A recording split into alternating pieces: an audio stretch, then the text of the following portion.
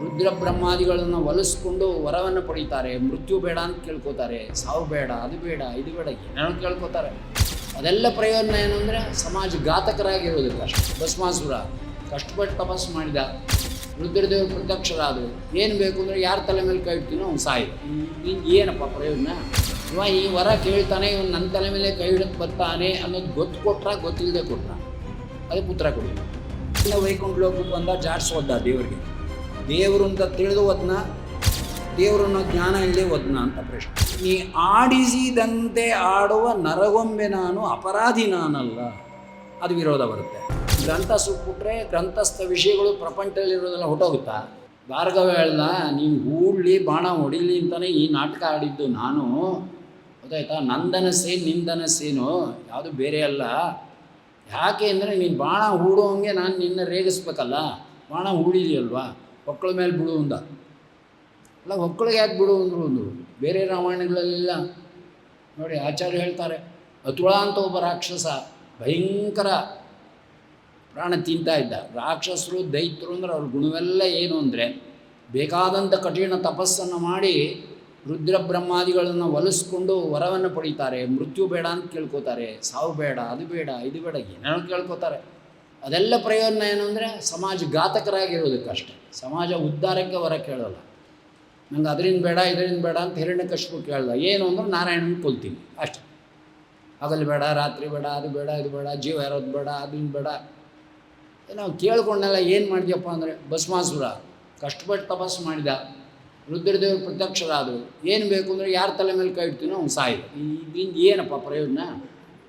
ಓಲೆ ಸುಮ್ಮನಿದ್ನ ಅಂದರೆ ನಿನ್ನ ತಲೆ ಮೇಲೆ ಇಡ್ತೀನಿ, ನಾನು ಪರೀಕ್ಷೆ ಮಾಡಬೇಕು ಅಂತ ಓಡು ಅಲ್ಲಿಂದ. ಅದನ್ನೇ ವಾದರಾಜರು ಒಂದು ಕಡೆ ಹೇಳ್ತಾರೆ, ಈಶ್ವರ ಕಿಂ ಪರತೋ ವ್ಯಪಾಶ್ರಯ. ತಾನೇ ವರ ಕೊಟ್ಟಿದ್ದನ್ನು ತಾನು ಸತ್ಯ ಮಾಡ್ಕೊಳ್ಳೋಕ್ಕಾಗದೇನೆ ಒದ್ದಾಡಿ ಇವರು ಈಶ್ವರರೇ, ಸ್ವತಂತ್ರರೇ ಅಂತ ಪ್ರಶ್ನೆ ಮಾಡ್ತಾರೆ. ಆಯಿತು, ನಮ್ಮ ಪ್ರಶ್ನೆ ಅದೆಲ್ಲ ಬಿಟ್ಬಿಡಿ.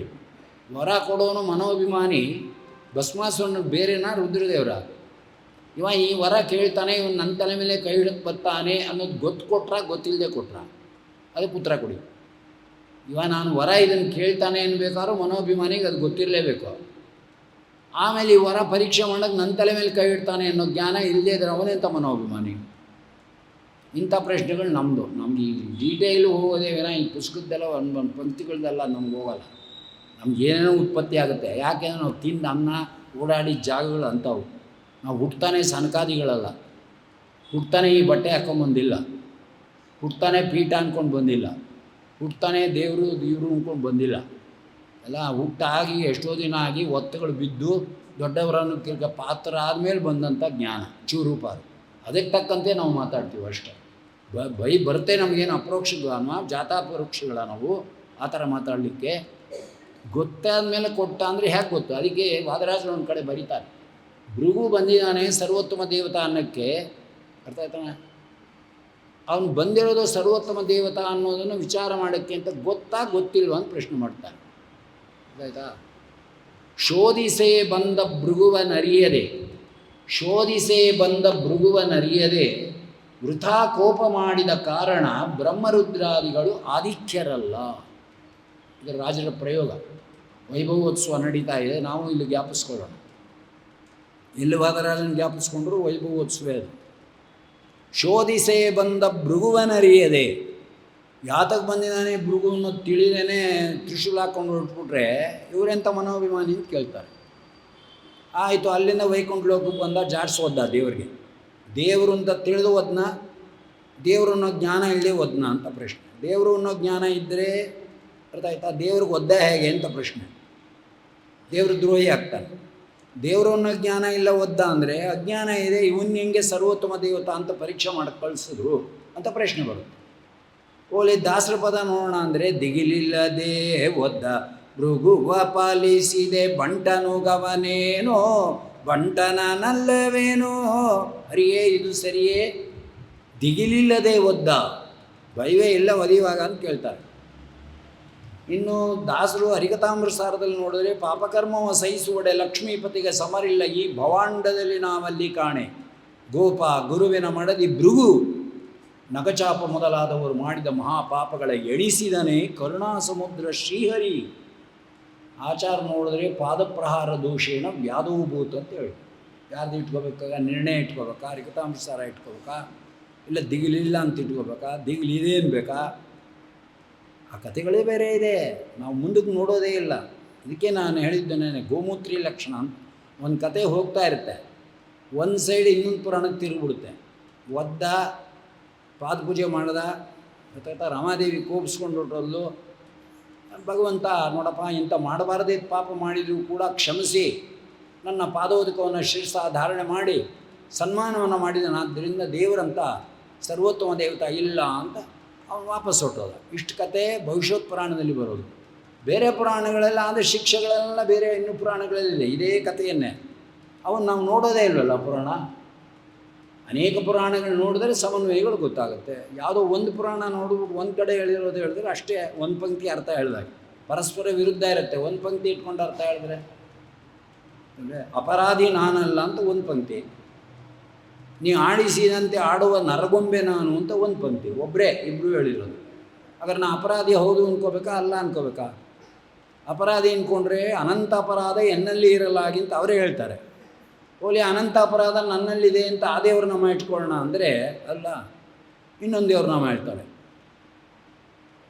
ಕಪಟನ ಆಟಕ ಸೂತ್ರಧಾರಿ, ನೀ ಆಡಿಸಿದಂತೆ ಆಡುವ ನರಗೊಂಬೆ ನಾನು, ಅಪರಾಧಿ ನಾನಲ್ಲ. ಅದು ವಿರೋಧ ಬರುತ್ತೆ.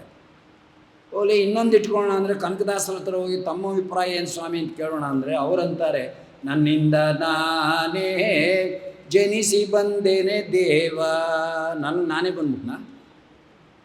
ಓಲಿ ಅದಕ್ಕೆ ವಿರೋಧ.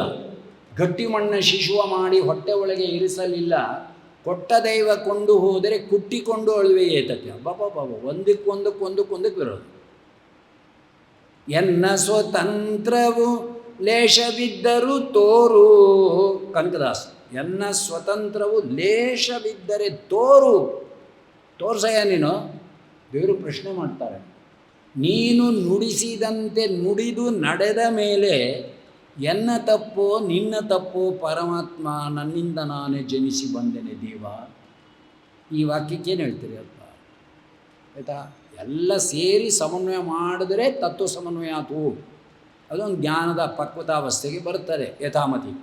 ಅದಿಲ್ಲದೆ ಒಂದೊಂದು ಪಂಕ್ತಿ ಒಂದೊಂದು ಹೇಳ್ತಾ ಇದೆ ಅಂದರೆ ಅದಕ್ಕೆ ಆಚಾರ್ಯರು ನಿರ್ಣಯ ಬರೆದಿರೋದು. ಅದಕ್ಕಾಗೇ ರಾಮಾಯಣ, ಅದಕ್ಕಾಗೇ ಮಹಾಭಾರತ, ಅದಕ್ಕಾಗೇ ಪುರಾಣಗಳು, ಅದಕ್ಕಾಗೇ ಸೂತ್ರ ಭಾಷ್ಯ, ಅದಕ್ಕಾಗೇ ಶಾಸ್ತ್ರ ಗ್ರಂಥಗಳು, ಅದಕ್ಕಾಗೇ ಸ್ಮೃತಿಗಳು, ಧರ್ಮಶಾಸ್ತ್ರಗಳು, ಮನುಶಾಸ್ತ್ರಗಳು. ಪುಸ್ತಕ ಸುಟ್ಬಿಡಿ ಅಂದರೆ ಯಾರೋ ಹೇಳಿದ್ರಂತೆ ಜಾತಕದಲ್ಲಿ ಭಾಳ ಕೆಟ್ಟಿದ್ದಿದೆ, ಏನು ಮಾಡೋದು, ಜಾತಕ ಸುಟ್ಟಾಕ್ಬಿಡಿ. ಜಾತಕ ಸುಟ್ಟರೆ ಗ್ರಹಗಳು ಹೊಟ್ಟೋಗುತ್ತಾ? ಹಾಗೆ ನೀನು ಯಾವುದೋ ಗ್ರಂಥ ಸುಟ್ಬಿಟ್ರೆ ಗ್ರಂಥಸ್ಥ ವಿಷಯಗಳು ಪ್ರಪಂಚದಲ್ಲಿರೋದೆಲ್ಲ ಹೊಟ್ಟೋಗುತ್ತಾ? ಪ್ರಪಂಚದಲ್ಲಿ ಯಾರು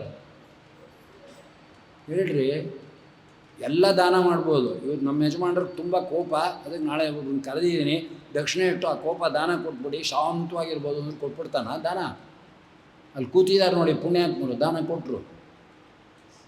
when character is last everything is last ಅನ್ನೋ ಶೀಲವನ್ನು ಇಂದ್ರದೇವರಿಗೆ ದಾನ ಕೊಟ್ಟರು ಪ್ರಹ್ಲಾದರಾಜು. ಅರ್ಥ ಆಗತ್ತಾ ವಾಕ್ಯ?